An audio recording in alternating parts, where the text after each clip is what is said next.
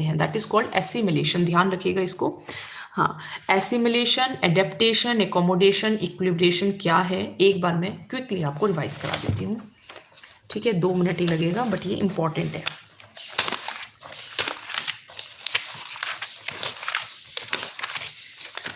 ये देखो, ये होता है एसिमिलेशन। पियाजे की स्टेजेस हैं, assimilation, equilibration, new situation, disequilibrium and accommodation. Assimilation में आप नई चीज़ों को समझते हैं, है ना। और जैसे यहाँ पे एग्जांपल तो खैर गिवन ही था, पहले एक बार इसको देख लो। एडेप्टेशन के अंदर आप चीज़ों को, children adjust their understanding. Assimilation में आप नई इंफॉर्मेशन सीखते हैं, पुरानी वाली के अंदर उसको ऐड करते हैं। एकोमोडेशन में उसे चेंज करते हैं, है ना।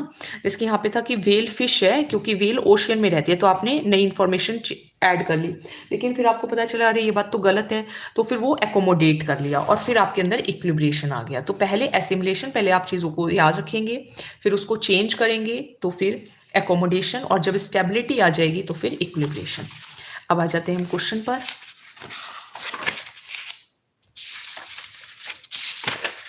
तो क्वेश्चन में ये बोला है न्यू इन्फॉर्मेशन एग्जिस्टिंग नॉलेज में रखना, तो वो क्या कहलाएगा, एसिमिलेशन कहलाएगा। Let me check the connection.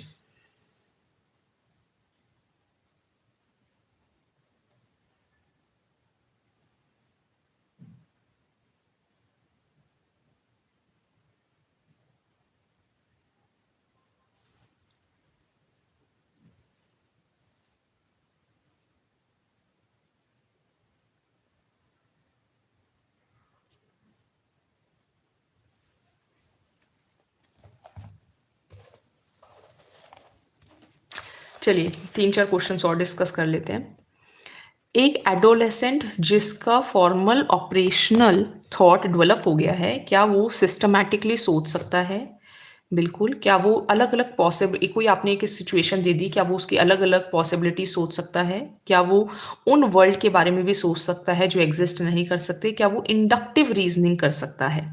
तो देखो, अगर थोड़ा बहुत कंफ्यूजन होता तो डी में होता, लेकिन डी तो चारों ही ऑप्शन में है और बाकी तो सभी करेक्ट हैं। So A B C D is the answer. इनमें से कौन सा एडोलेसेंट की करेक्टरिस्टिक नहीं है? इमेजिन वो करता है, इनविंसिबिलिटी होती है, पर्सनल फेबल होता है, ओबीडियंट नहीं होता बच्चा। अच्छा, अब इसके अंदर देखिए, लंच ब्रेक हुआ एंड शोभित ने मनीष को देखा कि उसने राहुल का लंच ले लिया। इसके बाद ही सीज राहुल रिलेटिएबल टेकिंग, और राहुल ने मनीष का पेन ले लिया।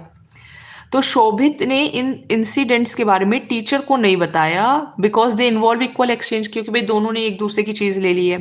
तो कोलबर्ग के अकॉर्डिंग कौन सी स्टेज है? तो याद हो तो 6 स्टेजेस हैं, जिसके अंदर स्टेज 2 में होता है that you scratch my back, I will scratch yours. So stage number 2 is the answer.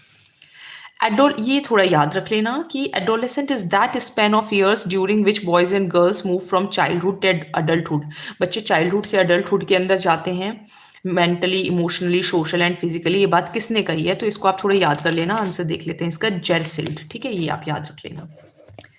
Which of the following is related to study of adolescence? तो स्टडी ऑफ एडोलेसेंस तो हॉल कहते हैं, हॉल में बैठ के पढ़ो। ठीक है, स्टडी ऑफ एडोलेसेंस। कौन सी स्टेटमेंट गलत है डेवलपमेंट के बारे में? It starts in conception, yes, गर्भ से ही शुरू हो जाती है। प्रोग्रेसिव सीक्वेंस भी है एंड कंटिन्यूअस प्रोसेस भी है। It continues till maturity, no, it continues even after maturity. Maturity के बाद भी डेवलपमेंट चलती रहती है, तो ये गलत है, तो ये आंसर रहेगा। कौन सा सही नहीं है, कौन सा फॉल्स है? ग्रोथ बायोलॉजिकल प्रोसेस है। टीचिंग गोल ओरिएंटेड होना चाहिए। लर्निंग आप पूरे लाइफ सीखते हैं। डेवलपमेंट सिर्फ क्वांटिटेटिव नहीं है बल्कि क्वालिटेटिव भी है। So this is wrong, so D is the answer.